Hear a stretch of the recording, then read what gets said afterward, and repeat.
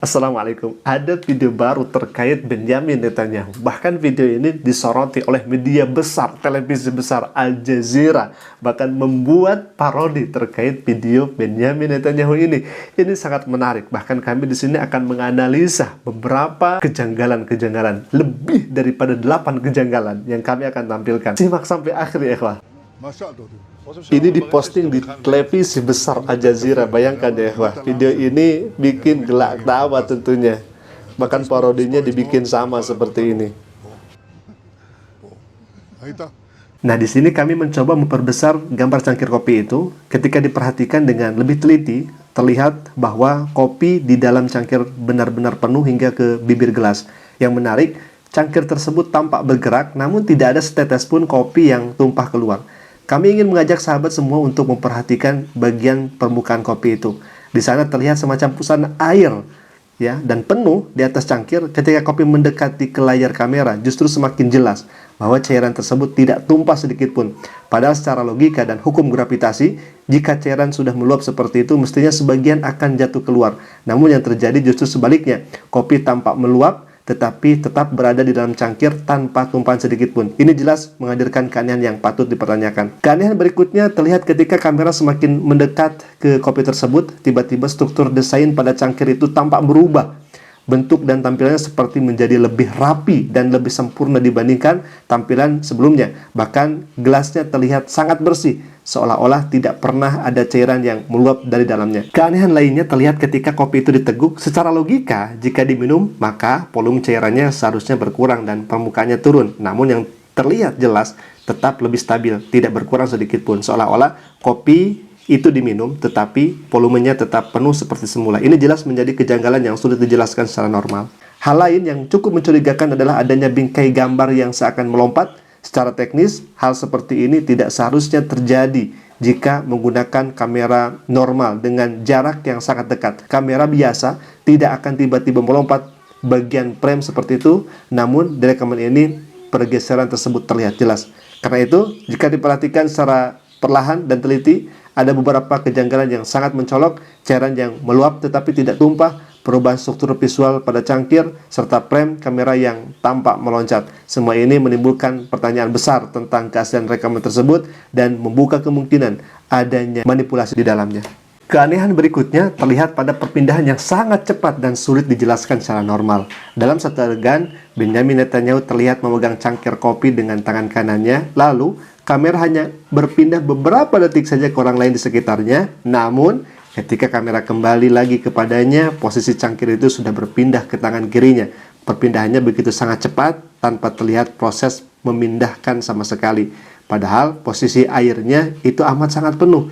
Jika ini terjadi secara alami, seharusnya ada gerakan jelas ketika cangkir dipindahkan dari tangan kanan ke tangan kiri. Tetapi, di rekaman tersebut, perubahan itu terasa seperti loncatan realitas, seolah keadaan tiba-tiba berubah dalam sekejap. Bahkan terlihat seperti seorang yang memiliki kecepatan luar biasa, padahal jelas tidak demikian.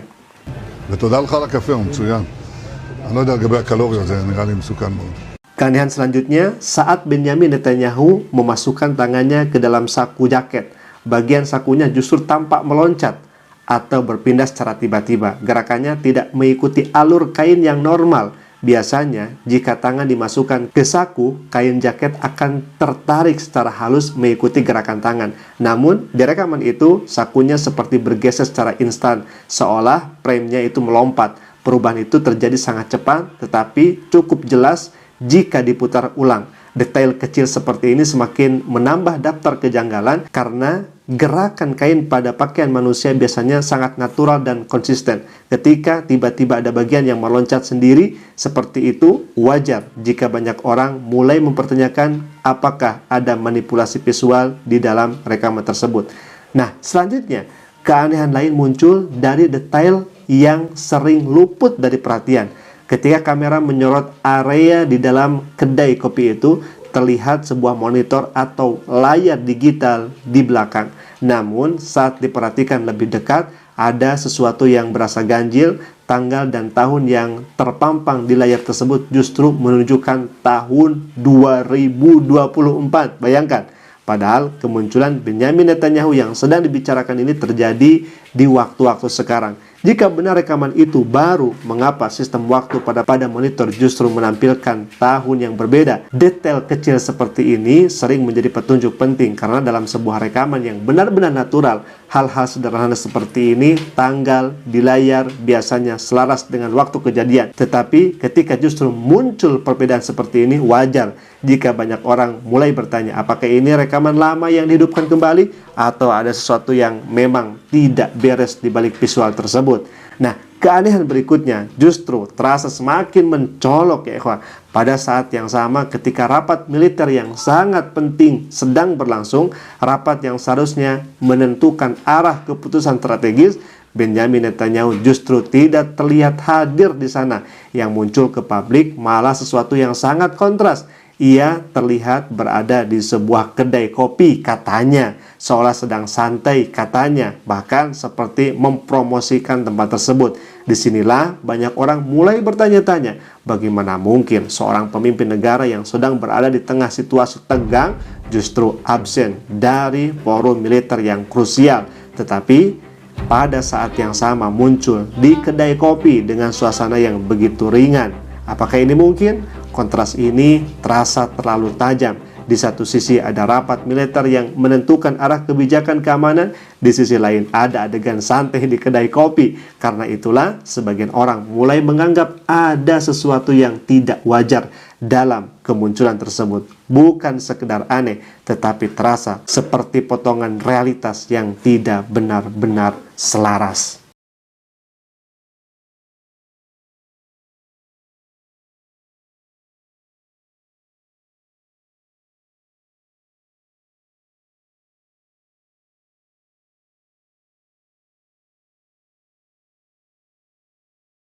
אתה לא אומרים ברשת שאתה בכלל מת?